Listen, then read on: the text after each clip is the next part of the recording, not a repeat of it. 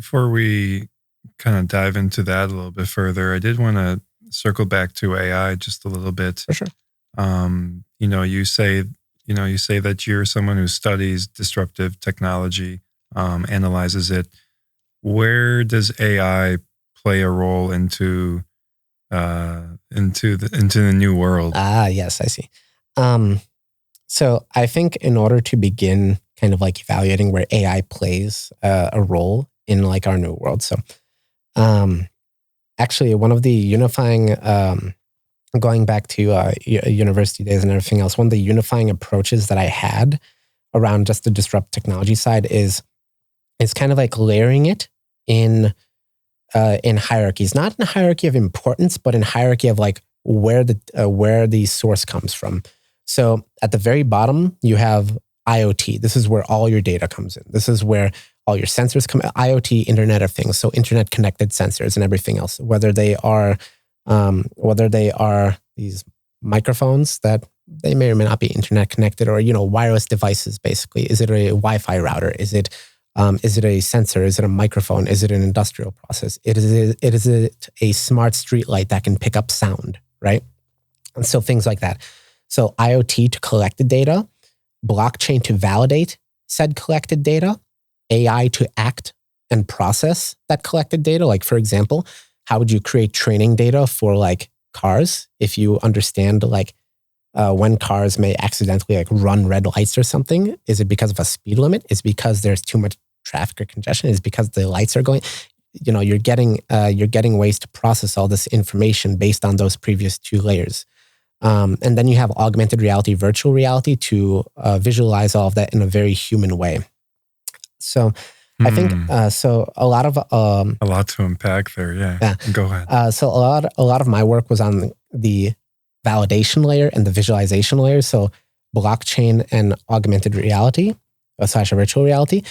But with IoT and AI, I think AI is getting a lot of attention right now because it's like that post-processing. It's like after you've collected data, now how do you process it? How do you derive new insights from it? I think how we really as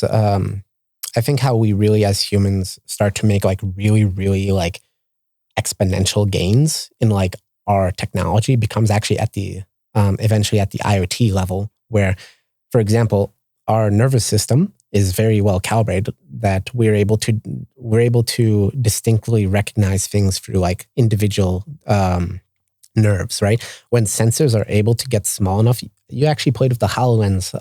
So before this podcast, you actually played with the Microsoft HoloLens a little bit, and you notice that there is huge sensors on the front of that headset. When sensors get small enough to become user accommodatable, aka like everyone can have them or interact with them or not even like worry about them, I think that's what creates a lot of progress. AI is very interesting because it requires having a set of information to act on. If you try to interpolate data from it, aka like you have two data points and you're trying to calculate like what the center of that is, right? AI can sometimes, I won't say always get it wrong, but it's much better to have more data points. And that's where I think AI starts to suffer a little bit, is if you've only trained it on a very select set of data. Like, I think this was actually what happened when Amazon tried to introduce like AI into their hiring and recruiting process. If you fed it resumes from a certain demographic or a certain group of people, now the AI would only, incentivize hiring or like pick out top candidates from that pool of training data, right? So it's like I've seen something similar. It's like an AI was accidentally racist. Exactly. Yeah, exactly. It's actually funny. Have you heard of AI Seinfeld? Or no?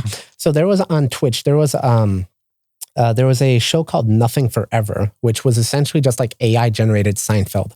And it got banned for 14 days. Actually, it happened about, I think, like a week ago, where they were, according to their explanation, they were experiencing outages from the Da Vinci model that ChatGPT has.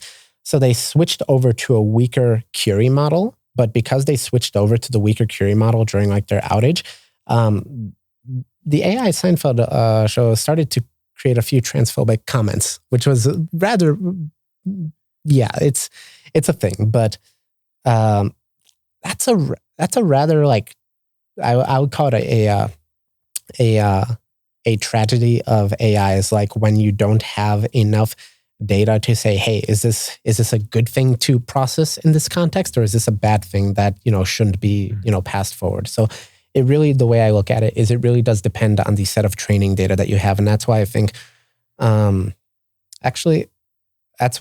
that Twitter, especially if like OpenAI, Twitter, et cetera, you're looking at like one of the biggest repositories of human interaction information the world has ever seen.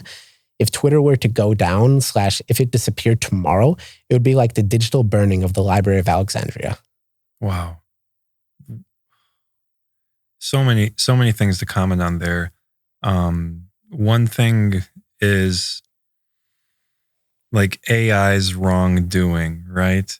Like AI's wrongdoing is almost like a child's, in the sense that you can't fault the child for being hateful if that is what they're observing from the people who represent the child.